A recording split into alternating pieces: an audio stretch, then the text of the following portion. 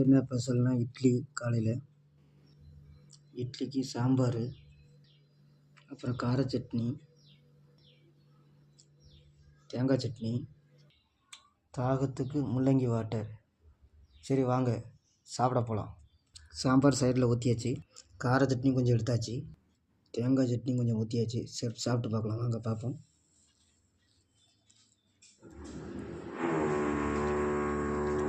வேறு லெவல் கார சட்னி எப்படி இருக்கு பார்ப்போம். சூப்பர், பிரமாதம். அடுத்த சட்னி அருமையாக இருக்கும். இந்த வீடியோ பிடிச்சிருந்தால் லைக் பண்ணுங்கள், ஷேர் பண்ணுங்கள், மறக்காமல் பெல் பட்டன் கொடுத்துங்க. Today special